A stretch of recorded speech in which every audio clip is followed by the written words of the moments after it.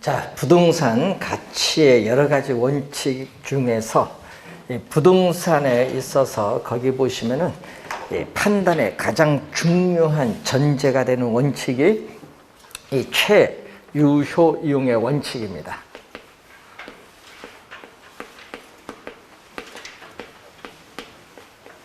자, 부동산에 있어서의 가치는 이 최유효 이용의 상태를 가정하는 거죠. 전제로 파악되는 가격을 표준으로 하여 형성된다는 원칙을 최유효 이용의 원칙입니다. 자, 그러면은 이 최유효 이용의 원칙에 있어서 관련해서 여러분 교재 461페이지 보시면은 이 그림에 최유효 이용의 밑바탕 이 토대가 되는 이 시간의 원칙이 있어요. 자, 이 토대가 되는 이 시간의 원칙으로서 두 가지가 나타납니다. 자, 이 두 가지가 하나는 예측의 원칙과 또 하나는 변동의 원칙인데, 자, 시험 문제는 이 변동이 또 중요하죠. 자, 그러면 여러분이 교재에 변동의 원칙이 나오고 있죠. 461페이지 보시면요.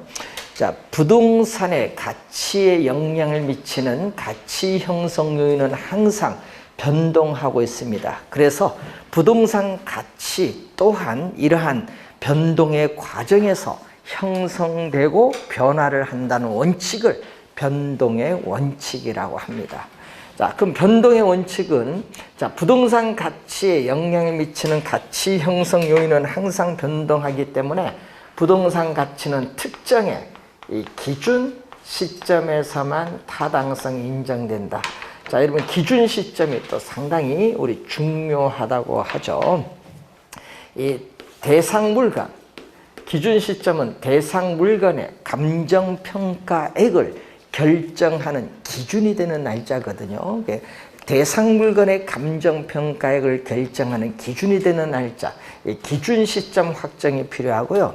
자, 여러분 부동산 사용을 합니다. 사용에 따라 뭐 비바람, 풍의 작용에서 자연스럽게 뭐가 돼요? 노후화가 나타나죠. 그럼 부동산 가치도 하락을 하는데 이걸 전문용어로 물리적 감가라고 해요. 그걸 전문용어로 무슨 감가?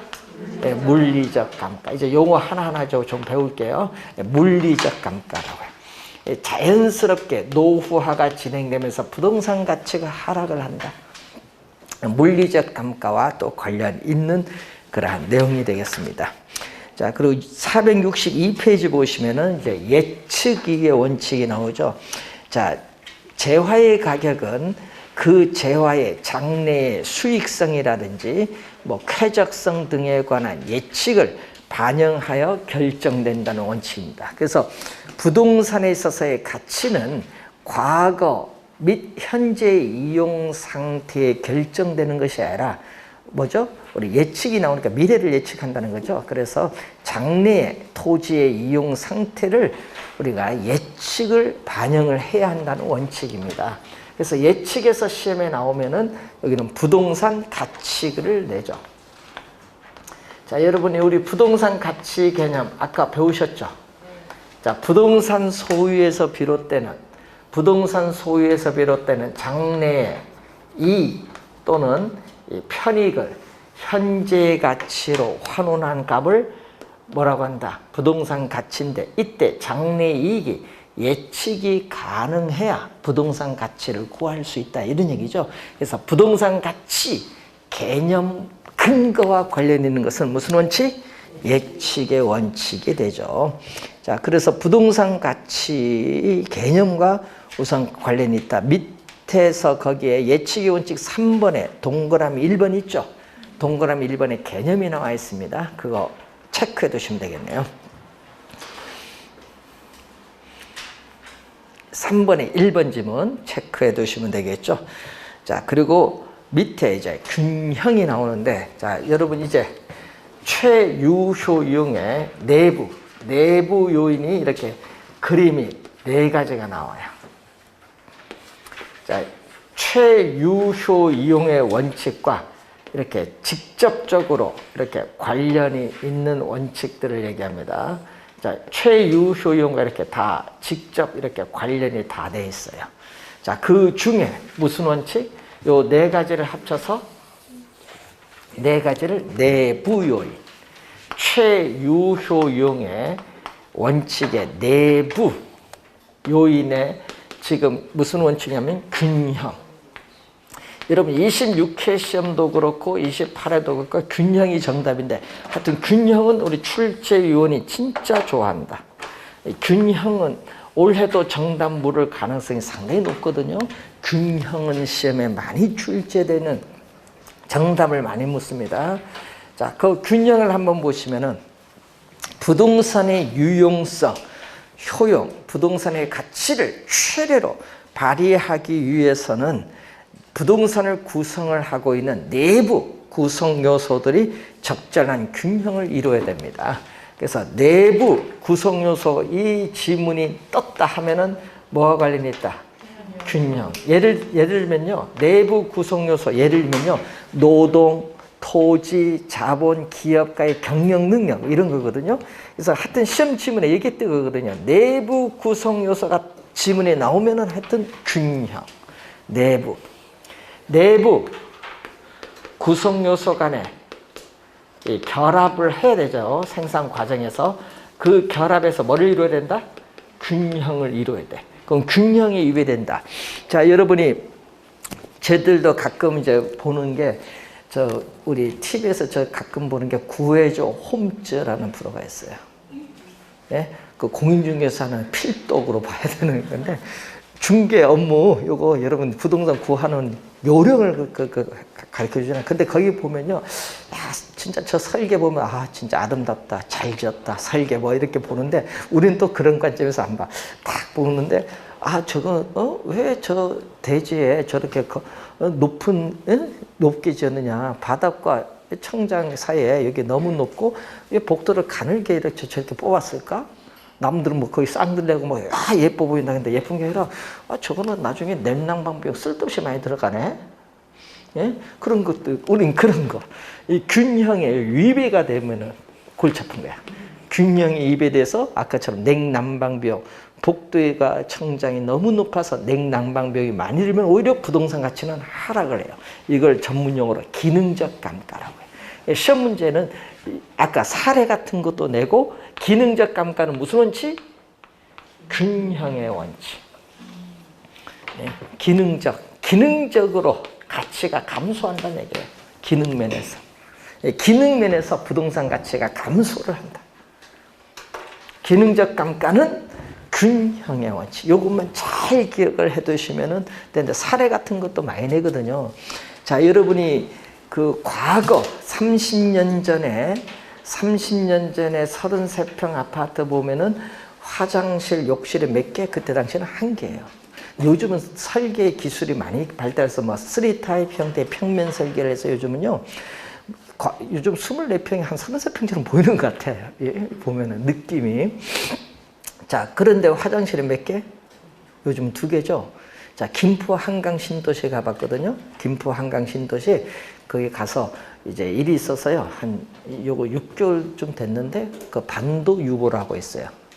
예? 24평인데 그때 당시 6개월 전에 그때 당시 24평 전세 가격 물어봤더니 2억 8천이에요. 매매는 3억 2천. 근데 그 가격이요, 최근 6개월 새에 3억 2천 매매 가격이 지금 6억이 됐어요. 반도 유보라. 한번 가봤는데 구조가 보니까 24평인데 욕실이 2개 있는 거야. 와, 그것만 있어요? 또 신혼부부들이 많이 사니까 또 애가 있는 무슨 유모차에 있는 공간까지 있어요. 33평도 없는 거. 와, 요즘은 설계를 이렇게 잘 뽑아내나. 와, 깜짝 놀라. 방도 몇 개 있어요? 3개. 와. 거실은 좀 좁지만 방을 3개에서 신혼부부 진짜 용으로 딱 맞게 만들어 놨더라고요. 그만큼 많이 이제 한 거예요. 옛날에는 그만큼 기능을 고려를 많이 안 했던 얘기인데, 그래서 요즘은 상당히 이걸 많이 고려하는 것 같아요. 기능을 어떻게 잘 활용하느냐, 내부 구성 요소 간에. 이런 게 상당히 중요합니다. 자, 사례도 우리 많이 출제하니까 우선 우리가 염두에 좀 두시고, 자, 그 다음에 463페이지 보시면은 수익 체증, 여기 나오죠. 자, 단위당 투자액을 증가시키면 처음에 수익이 증가하다가 일정한 단계를 지나면 오히려 수익이 줄어들어요. 자, 건물 예를 들게요. 건물 10층을 지었어요. 근데 그때 수익이 최대입니다. 근데 12층을 지었더니 층수는 더 높아졌는데 오히려 수익이 감소를 해요. 문제가 있죠. 그러면 이 건물은 10층이 최고 좋다. 예? 그래서 경제적 측면에서의 건물의 적정한 층수가 몇 층인가 이걸 판단해야 되는데, 이것을 전문용어로 한계 수익점이라고 해요. 그걸 전문용어로 한계 수익점. 이 경제적 측면에서의 건물의 적정한 층수가 몇 층인가 판단을 해야겠다.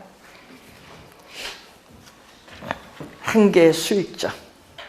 자, 수익 배분의 원칙으로 갑니다. 자, 여러분 수익 배분의 원칙.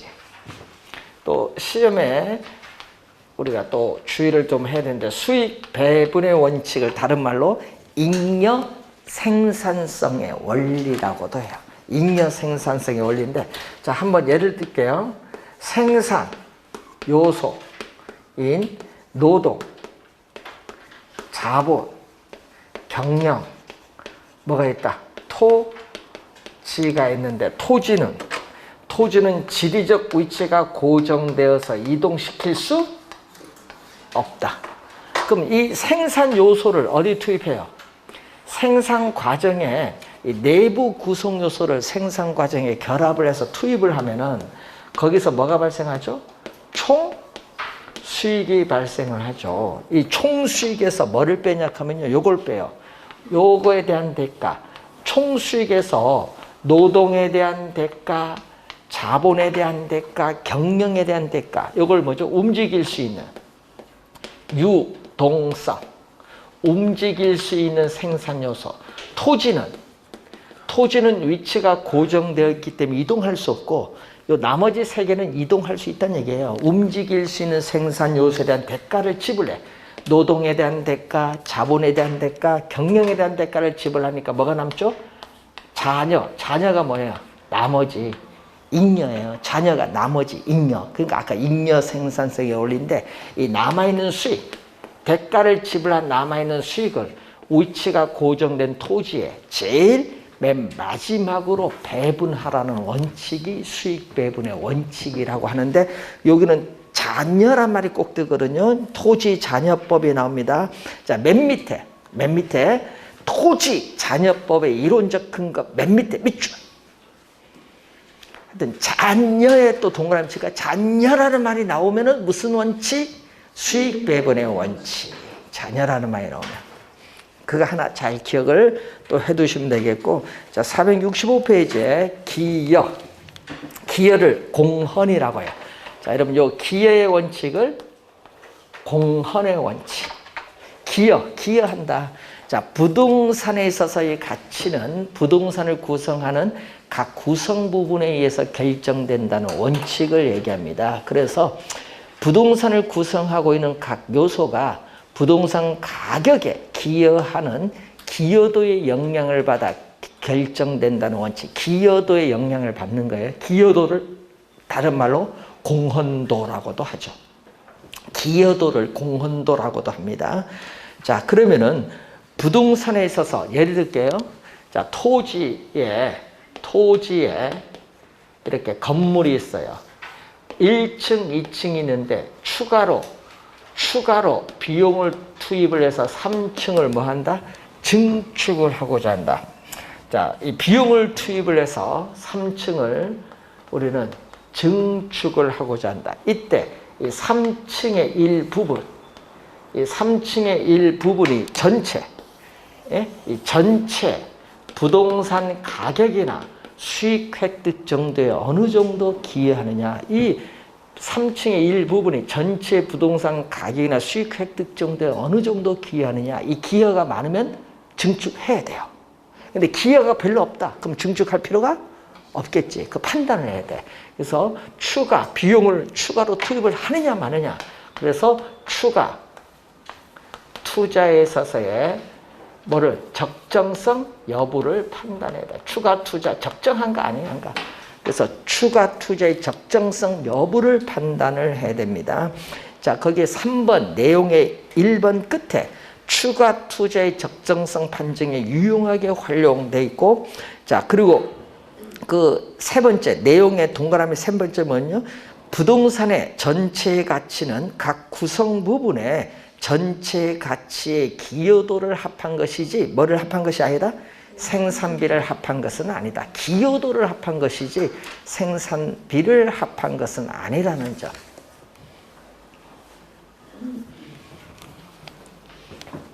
자, 그 다음에 위로 갔을 때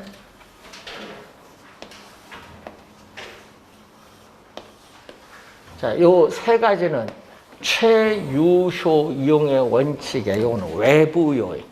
최유효 이용의 요것은 외부. 밑에 요 네 개는 내부. 위에 세 개는 외부 요인인데 그 중에서 또 시험 문제에 균형과 더불어서 또 정답을 많이 묻는 뭐죠? 적화. 균형과 더불어서 또 많이 또 정답을 묻는 적화. 자, 부동산의 유용성, 가치를 또 최고로, 부동산의 가치를 최고로 발휘하기 위해서는 그 부동산을 둘러싼 뭐에? 외부 환경에, 부동산을 둘러싼 외부 환경에 적합, 어울려야 된다. 외부 환경이 나오거든요. 외부 환경에 적합, 어울려야 된다. 자, 예를 들었으면 이 얘기죠. 부동산이 주택이다. 그럼 주택은 주거지역에, 상가 점포는 상업지역에, 공장은 공업지역에 있어야 된다. 이 말이에요. 그런데 예를 들어서 공업지역에 주택이 있으면요, 공업지역의 표준적 사용에 주택은 어울리지 못해요. 어울리지 못하면 주택 가격은 오히려 하락을 해요. 이걸 뭐죠? 외부 환경의 유입에 대해서 이것을 나타난 거예요. 이것은 경제적. 그래서 여러분, 기능적 감가는 균형의 원칙, 경제적 감가는 무슨 원칙? 적화. 경제적 감가, 유입에 대해서 경제적 감가가 발생하는 것은 적합의 원칙과 관련있다. 자, 그래서 경제적 감가 466페이지 우에서 네 번째 에 있어서 경제적 감가라는 용어 잘 기억을 해 두셔야 되겠네요. 자, 그리고 경쟁의 원칙이 나오죠. 자, 경쟁은요, 초과 이윤과 관련이 있어요. 경쟁은 뭐와 관련이 있다? 초과 이윤. 자, 부동산의 가치는 대체성 있는 재화 및 부동산 간의 경쟁에 의해서 어떻게 돼요? 초과 이윤이 소멸되는 지점을 기준으로 형성된다는 원칙입니다. 그러니까 초과 이윤이 있으니까 경쟁이 발생합니다. 초과 이윤이 소멸되면 경쟁도 없어져요. 하여튼 경쟁이란 말이 나오면은 우리는 꼭 뭐만 띄워야 된다? 초과 이윤이 나와요. 하여튼 초과 이윤이 지문상에 나오면 경쟁의 원칙과 관련이 있어요. 자, 그리고 외부성은 외부 효과 배우셨죠? 자, 외부성의 원칙인데 외부성은 외부 효과입니다. 이거 배운 걸 기억하면 돼요. 외부 효과. 부동산은 위치가 고정되어 이동할 수 없기 때문에 부동산을 둘러싼 외부 환경에 영향을 받는 거예요. 영향을 받아서 부동산 가치가 상승할 수도 있고 하락할 수도 있는데 이것을 우리는 외부성의 원칙이라고, 외부 효과 생각하시면 쉽게 되고, 자, 여러분 저 밑에 4개, 위에 3개, 여기 2개는요, 최유효 이용과 다 직접, 요거는 직접 관련이 있어요. 요 직접 관련인데 직접 관련이 없는 거 2개 있어요. 여러분, 최유효과 직접 다 이렇게 연결되거든요. 직접 관련인데 직접 관련이 없는 거. 요거죠. 경쟁을 통해서 간접적으로 관련된 게 2가지. 자, 최유효 이용의 원칙과 이렇게 경쟁을 통해서 어떻게 관련되어 있는, 간접적으로 관련 있는 원칙 2가지 중에 하나가 수요 공급의 원칙, 대체의 원칙이 되죠. 자, 467페이지 보시면은 또 대체의 원칙. 부동산 가치는 대체성 있는 재화 및 부동산 간의 상호작용에서 형성되는데, 거기에 시험 나오는 지문, 거기에 보니까 대체의 조건 보세요. 자, 밑에서 5번째 대체의 조건 보면은 대체의 관계가 성립되기 위해서는 부동산 상호 간에 또는 부동산과 일반 재화 상호 간에 3가지 있죠. 용도면에서, 효용면에서, 가격면에서 동일성 또는 유사성이 있어야 한다. 그래야 대체가 가능하다 이 얘기죠. 그 지문이 있고 또 위에 성립근거의 1번 보세요. 성립근거의 1번. 이것도 시험에 2번 출제했죠. 부동산의 효용, 유용성이 동일하면 가격이 싼 것을, 또 가격이 동일하면 효용, 유용성이 높은 것을 선택을 해야 한다는 것은 대체의 원칙과 관련이 있다. 대체의 원칙. 자, 그리고 여러분이 이제 뒤에서 이제 우리가 배우시게 될 용어 중에 평가의 3방식이 있습니다. 원가 방식, 비교 방식, 수익 방식. 여기에 나오는데 평가의 3방식의 성립 근거가 되는 가장 기초가 되는 원칙, 무슨 원칙? 대체의 원칙이 돼. 대체의 원칙.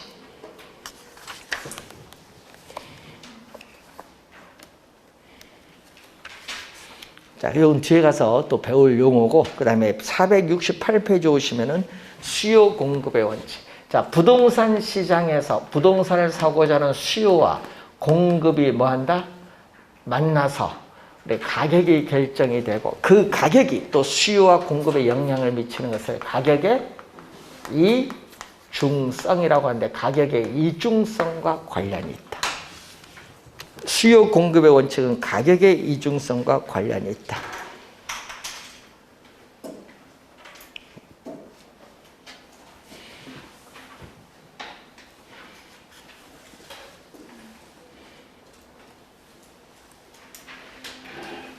자, 기회비용의 원칙이 나오죠. 자, 기회비용은 요거죠. 여기서 이렇게 투자론에서 배운 용어 기회비용. 자, 여러분, 기회비용은 항상 선택의 대상이 여러 개 있어요. 여러분, 선택의 대상이 여러 개 있는데 하나를 선택합니다. 하나를 선택하면 나머지는 포기하죠. 그러니까 선택을 했을 때, 부동산을 선택을 했을 때의 부동산 가치는 포기된 거. 포기된 것의 가치를 반영을 해야 한다는 원칙이에요. 그럼 예를 들까요? 자, 예를 들어서 여러분, 도심. 자, 도심에서 공업용 토지에서의 가격은 도시 외곽에 있는 동일한 용도의 공업용 토지의 가격을 비교하면 어디가 비싸요? 동일한 용도의 공업용에 있어서 토지 가격은 도심이 더 비싸요. 이유는 기회비용의 원칙인데, 도심에서 뭐를 선택? 지금 도심에서 공업용을 선택을 했죠. 포기는 뭐예요? 도심에서는 가격이 비싸니까 상업용으로 이용을 해야 되는데 상업용으로 이용하지 않고 공업용을 선택했죠. 공업용을 선택한 포기는 뭐를 포기? 상업용을 포기했잖아요. 이 포기, 공업용 토지의 가격은 이제 포기된 상업용 토지의 가격을 반영을 해야 되니까 어떻게 외곽에 비해서 더 비쌀 수밖에 없다. 무슨 원칙? 기회비용의 원칙. 자, 우리나라는요 상당히 좋습니다. 자, 여러분이 이 사법시험처럼, 우리 사법시험 뭐 요즘 노스쿨처럼 공부를 그리 많이 안 해도 여러분이 상당히 유리한 점이 많죠. 외국에 비해서. 여러분, 공인중개사 시험은요 우리나라는 상당히 좋아요. 영속성을 가져요. 자격증은. 뭐 여러분, 미국 같은 경우는요 오픈해서 2년 오픈 안 하면 다시 시험 쳐야 돼요. 우리는 영속성이야. 무덤까지 가져가는 자격증. 자, 그런데 문제는 자격증이 영속성을 가진데, 여러분 공부하는데 드는 시간에 비해서 이득이 엄청 큰 거야. 그래서 이거 규제를 많이 해야 돼, 자격증. 대여 이런 거 못하게 해야 돼, 자격증. 대여 많죠. 깜짝 놀란 것도 있어요. 돌아가셨는데, 1회 합격해서 돌아가셨는데 자격증 버젓이 걸어놓고 장사를 해요. 왜? 세금 안 내기 위해서. 그런 거 많아요, 서울에 보면. 그거 한 번씩 합동당속에서 자격증하고 이거 대조를 해야 돼. 하여튼 불법 자격증이 많다는 얘기고, 그래서 여러분이 이제 조만간 이제 하면요. 앞으로 공인중개사분이 이제 지금 업을 하시는 분이 12만 명 정도가 지금 전국에 업을 하시는데 앞으로 뭐가 없어야 돼? 공인중개사가 이렇게 많이 배출되면요. 중개보조원 제도를 없애야 돼요. 예? 예? 중개보조원 우리나라 부동산 가격을 많이 왜곡시켜. 예? 앞으로 이제 그런 제도가 이제 없어지지 않을까 싶어요. 앞으로. 지금 우리 민주당에서 뭐 수수료 개편하고 뭐 여러 가지인데 자격증 요거 고민을 많이 하고 있어요. 중개 보조원 제도를 없애려고. 근데 이제 또 협회에서 뭐 반발이 하죠. 예? 예, 거기 협회 회원들이 많다 보니까. 그래서 공인중개사 분들은 여러분은 반대를 해야 돼요. 당연히. 자, 그래서 요즘에 그런 문제들이 관련해서 같이 왜곡이냐 아니냐. 그래서 여러분이 공인중개사도 상당히 관심 많이 가져야 돼요. 요즘에 뉴스 많이 나오잖아요. 자, 그리고 작년 27회 30회 시험은요. 지역 분석, 개별 분석 비교하는 문제 나왔고요. 또 작년에는 인근 지역 개념, 유사 지역 개념, 동일 수급권 개념 요 개념을 출제를 했어요. 그래서 여러분 요즘에 계속 관련되어 있는데 우선은 감정 평가의 대상이 된 부동산을 줄여서 뭐라고 하죠? 감정 평가의 대상이 된 부동산을 줄여서 대상 부동산. 그러면 여러분이 교재를 읽다가 대상 부동산 나오면 앞에 뭐를 붙이면 돼? 평가 붙이세요. 평가 대상 부동산. 그러면 이해가 빨라요. 그럼 평가 대상 부동산에 속해 있는 이 지역을 우린 전문 용어로 인근 지역인데 그럼 이 지역의 특성이 뭐냐 이거지. 이 부동산이 속한 지역의 특성이 뭐냐. 예를 들어서 뭐 교육이냐, 예? 아니면 오락이냐, 체육이냐 뭐 이런 게 있거든요. 그래서 이런 부동산이 속한 지역의 특성을 여러분들이 잘 파악을 해야 됩니다. 잘 파악을 해야 돼. 그래서 지역의 특성이라는 것은 어떤 지역이 다른 지역과 구별이 되는 특징을 얘기해요. 어떤 지역이 다른 지역과 구별이 되는 특징을 잘 파악을 해야 돼요. 먼저 지역을 분석할 때는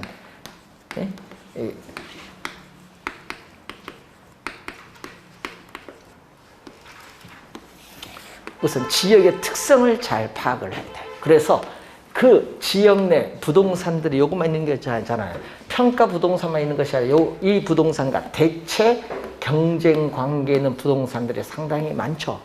많아요. 뭐 우리가 아파트 요 하나 평가할 때 주변에 뭐 동일한 평형수를 가진 대체 경쟁하는 부동산들이 많다는 얘기인데 문제는 이 부동산에 속해 있는 지역의 특성을 파악을 하고요. 이 각각 이 하나하나 이 개개의 부동산에 있어서 최고, 최선의 이용, 최유효용을 우리가 집약적, 평균적으로 나타낸 이용이 표준적 사용이라고 해요.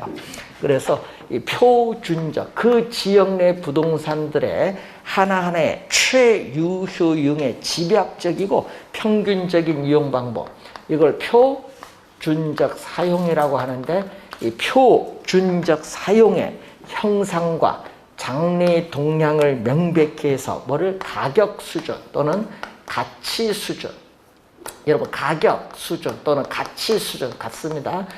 자, 하나하나의 부동산의 가격을 평균한 가격이야. 여러분 평균 가격이지 하나의 부동산에 있어서의 가격을 나타내는 것은 아니다. 여러 부동산들의 평균 가격이다. 평균 가격. 이것을 판정하는 작업을 지역 분석인데 여러분 지역 개별 분석을 우선 30회 시험에 둘 다 또 출제한다 할 때 의의는 시험에 단골로 출제를 잘 합니다. 지역 분석의 의, 개별 분석의 의. 자, 그러면 여러분 교재에 있어서 471페이지 위에서 한 5번째 보시면 이런 나오죠. 자, 대상 부동산이 어떤 지역에 속하는가? 자, 주거지역에 속하느냐, 상업지역에 속하느냐, 공업지역에 속하느냐, 뭐를 용도성을 파악하는 거야. 대상 부동산이 어떤 지역에 속하는가? 이건 용도성을 파악.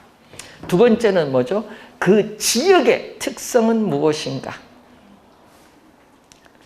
어떤 지역이 다른 지역과 구별이 되는 특징이 뭐냐 이거. 그리고 그 지역의 특성, 이 특성이 부동산 가치에 전반적인 영향을 미치는 우리가 요인을 분석 판단하는 작업을 지역 분석이라고 합니다. 자, 그 지문도 한 3번 정도 우선 출제를 한 내용이 되겠죠. 자, 그리고 부동산에 있어서 지역 분석에 있어서 여러분 교재에 473페이지 가시면은 우에서 두 번째 표준적 사용의 개념이 나오네요. 자, 대상 부동산에 속한 지역인 인근 지역에 속하는 하나하나 개별 부동산의 최유효용의 집약적이고 평균적인 사용 방법을 우리는 표준적 사용이고, 또 위에서 6번째 보시면은 가격 수준이란 하나하나 개개의 부동산의 가치가 아니라 지역 내 부동산에 있어서의 평균 가격이다. 평균 가격을 의미한 게 가격 수준 또는 가치 수준이라고 합니다. 자, 그러면은 넘겨서 474페이지로 오시면은, 자, 우선은 지역 분석을 성립시키는 근거, 필요성은 이미 우리 토지 특성에서 배웠죠. 토지 특성 중 뭐에 근거한다? 부동성에 근거해서 부동산 가치에 영향을 미치는 지역을 분석할 필요성이 나타납니다. 자, 그 내용인데, 자, 분석 대상 지역의 범위 볼까요? 자, 여러분 지역 분석에 있어서 용도적 관점에 따라 인위적으로 분류했을 때 3가지, 인근 지역, 유사 지역, 동일 수급권을 분석하는데, 요 개념 조문 나오죠. 또 법조문. 자, 제2조 13, 14, 15호 요 지문 3개가 작년에 또 출제 다 했어요. 자, 인근 지역 개념 봅니다. 자, 인근 지역, 감정 평가의 대상이 된 부동산이 속한 지역, 속한의 동그라미, 속한 지역으로서 부동산의 이용이 동질적이고 가치 형성 요인 중 지역 요인, 지역의 또 네모. 요거 시험에 우리 또 29회 시험은 요 지역을 뭘로 출제한 거예요? 개별로 출제. 그런 개별 요인을 공유하는 것이 아니라 뭐를? 지역 요인을 공유하는 지역. 자, 29회 시험에 또 우리가 정답으로 물었던 그러한 내용이 되겠습니다. 말을 잘 바꾸죠. 자, 그럼 인근 지역의 개념이 이제 나와 있습니다. 자, 그래서 밑에서 한 7번째 보시면은 대상 부동산에 속해 있는 지역으로 대상 부동산과 용도적 공통성이 있고 기능적 동질성이 있어서 이 상호 대체 경쟁 관계에 있는 부동산이 존재하는 지역으로서 이 해당 요 지역의 특성이 이 대상 부동산의 가치에 이렇게 직접적인 영향을 미치는 지역, 직접의 동그라미. 시험에는 또 간접으로 출제합니다. 직접 영향을 미치는 지역입니다. 맨 끝에 또 직접의 동그라미 치시고, 여러분 475페이지 보시면 5에서 4번째 인근 지역의 지역 요인은 항상 고정된 것이 아니라 변화하고 있다. 부단히 끊임없이 변화하고 있다.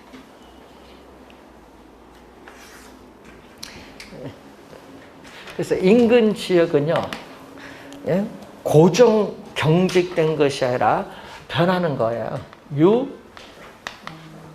유동적, 가변적인 인근 지역의 이 경계와 범위는 고정적, 유동적인 것이 아니라 고정적, 경직적인 것이 아니라 유동적, 가변적이기 때문에 시간의 흐름에 따라 어떻게 변화하는가, 시간의 흐름에 따라 분석하는 걸 전문용어로 우리 뭐라고 하면 동태라고 하거든요.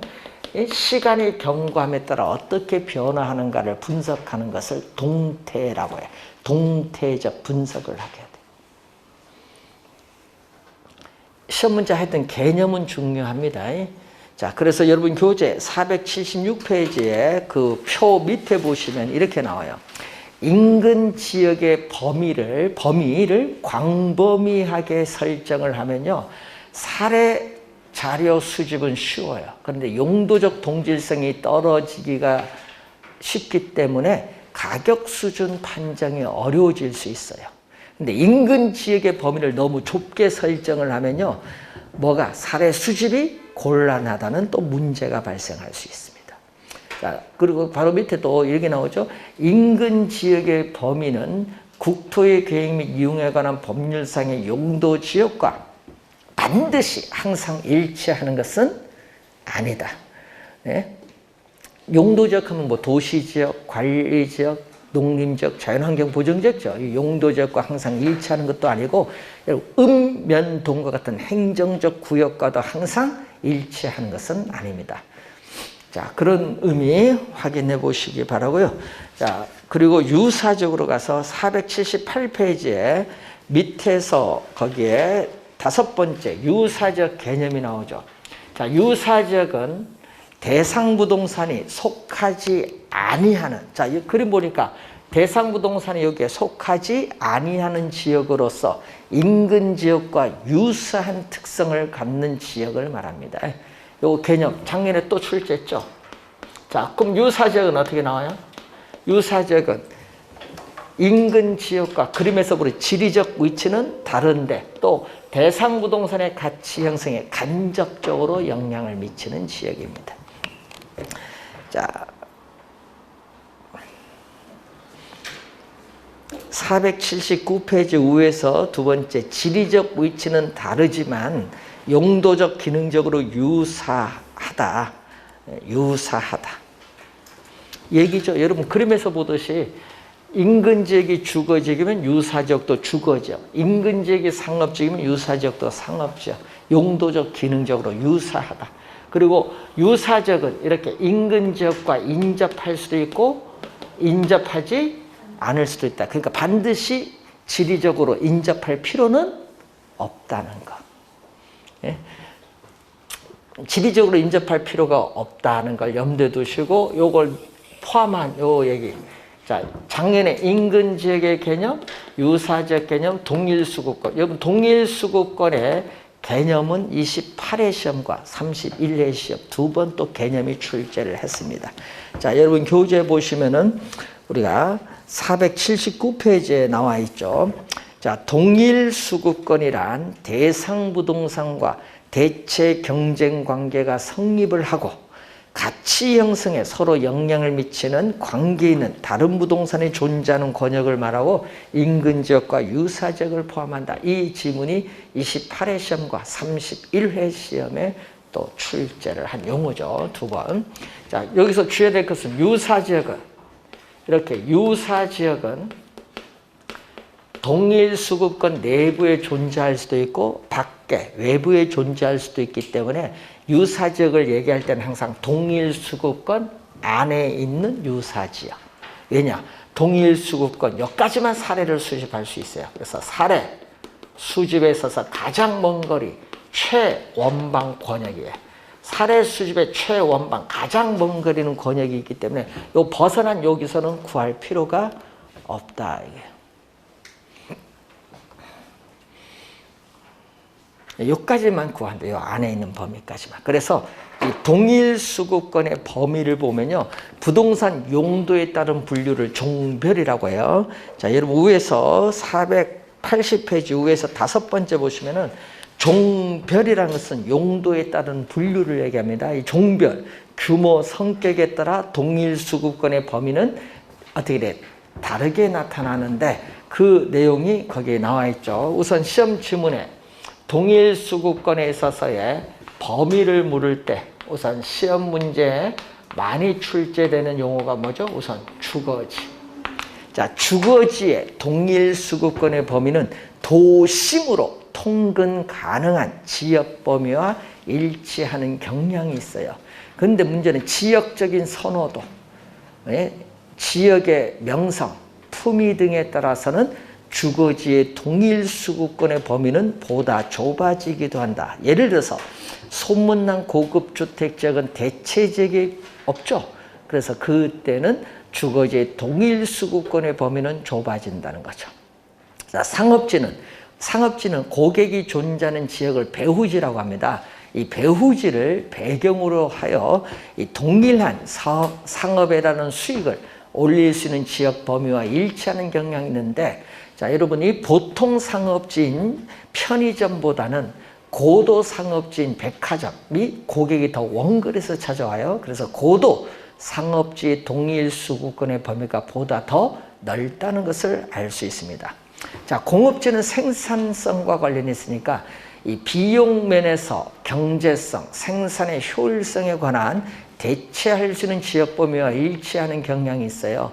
우리 공업에 배우는 뭐 자원, 원료, 지향형 입지 산업이냐, 시장 지향형 입지 산업이냐 따라 다르겠지만은 최근에 대규모 공업지인 경우에는 수송수단이 발달해서 전국적인 경우가 되는 경우도 있고요. 최근에는 또 글로벌, 화물용 수송기 발달로 인해서 글로벌합니다. 여러분 반도체 같은 경우에는요, 전 세계 24시간 내 운송이 가능합니다. 항공용으로. 화물용 수송기로 가죠. 자, 그리고 관련해서 여러분 481페이지 후보지 이행지가 나오는데, 후보지는 뭐라고 배우셨어요? 후보지는 용도에 뭐 여러분 농업 지역이, 농지 지역이 택지 지역으로 용도가 전환된다.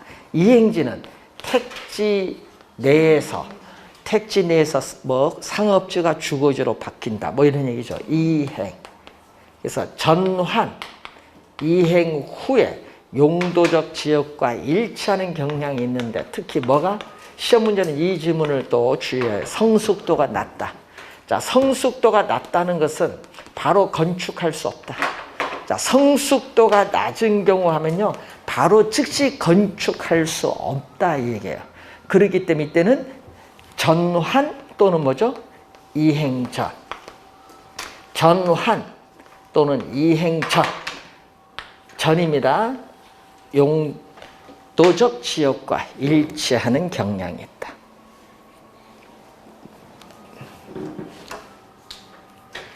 우선 또 시험에 많이 나오는 용어로서 이 절차상, 선후 관계, 이것도 우리가 한번 잘 보는데, 이것도 27회 또 정답으로 물었죠. 시험 지문에 많이 나오는 내용입니다. 자, 우선 개별 분석으로 한번 가봅니다. 자, 여러분 개별 분석이라는 것은, 자, 토지의 특성 중 개별성에 근거해서 감정 평가의 대상이 된 부동산, 이 대상 부동산의 개별 요인을 분석해요. 이거는 개별 요인. 개별 요인을 분석을 한다. 분석을 해서 대상 부동산의 요는 최고, 최선의 이용, 최유효 이용을 판정을 하죠.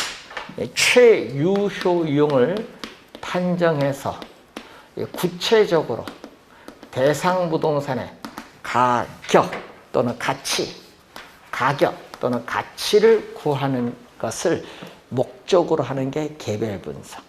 자, 그래서 시험 문제는 항상 이걸 봐야 돼. 표준적 사용, 가격 수준 또는 가치 수준, 최유효용 가격 또는 가치, 비교를 좀 해야 되겠고, 이 최유효 이용은 이 표준적 사용을 지표, 이걸 지표로 해서 결정되는 피결정성을 가지고 있고, 이 지역 특성의 제약하에 개별 요인 분석이 이루어지기 때문에 지역 분석이 먼저. 자, 여러분 교재에 482페이지 위에서 네 번째, 지역 분석이 먼저, 선행, 개별 분석은 나중, 후행. 자, 선행이죠. 지역 분석은 개별 분석보다 먼저 이루어지는 선행 분석. 지역 분석을 하고 난 이후에 개별 분석이 이루어지는 개별 분석은 후행 분석. 시험에 요거 27회 또 정답으로 출제를 했었습니다. 자, 분석 범위를 보면은, 자, 이 분석 범위를 또 우리가 출제를 또 했었죠. 전체, 지역. 자, 여러분, 대상 부동산에 속한 이 지역을 대상으로 한다. 자, 이 지역을 대상으로 하기 때문에, 거시적, 넓은 의미인 거시적 차원이다. 자, 넓은 의미인 거시적 차원에서 분석한다. 자, 거시적 차원에서 분석하면서 지역 전체를 대상으로 하는 전체적이고 또 광역적인 분석이라고 해요. 근데 여기는 그 지역 내 부동산 하나, 대상, 부동산을 대상으로 분석하기 때문에 대상 부동산, 지역 내 부동산 하나니까 요거는 거시에 대해서 뭐죠? 좁은 의미, 미시적. 미시적 차원에서 전체에 대해서 뭐 하나만 분석하는 요거죠. 여러분, 요걸 전체로 보면 요거는 하나는 부분 분석. 또 광역적에 대해서는 뭐죠? 국지적 분석이다. 자, 그리고 우리는 무슨 원칙? 부동산을 둘러싼 지역의 외부 환경에 적합하고 있는가? 적합의 원칙과 관련이 있고, 여기는 대상 부동산 자체의 내부 구성 요소 간의 결합에 있어서 근형을 이루고 있느냐? 근형의 원칙과 관련이 있다. 관련 가격의 원칙이죠. 관련된 우리가 가격의 가치의 원칙은 어떠하냐? 자, 문제는 여기서 비교하는 거 있죠. 비교하는 데서 뭐 한 두세 지문, 여기서 또 한두 지문 해서 한 문제를 출제를 많이 하는데 27회, 30회 시험에 출제했고, 작년에는 인근지역 개념, 유사지역 개념, 동일수급권 개념 나왔고요. 또 24회, 29회는 또 인근지역 개념 또 출제했어요. 하여튼 시험에 많이 출제를 하는, 근데 항상 개념을 정확하게 기억을 좀 해두셔야 되겠습니다. 자, 그 내용 위주로 해서 여러분 교재 484페이지 보시면은 표가 나와 있어요. 그 표, 우리 배운 요걸 잘 또 한번 확인 좀 해두시기 바라고, 자, 잠시 쉬고 이제 감정평가의 방식 한번 보겠습니다.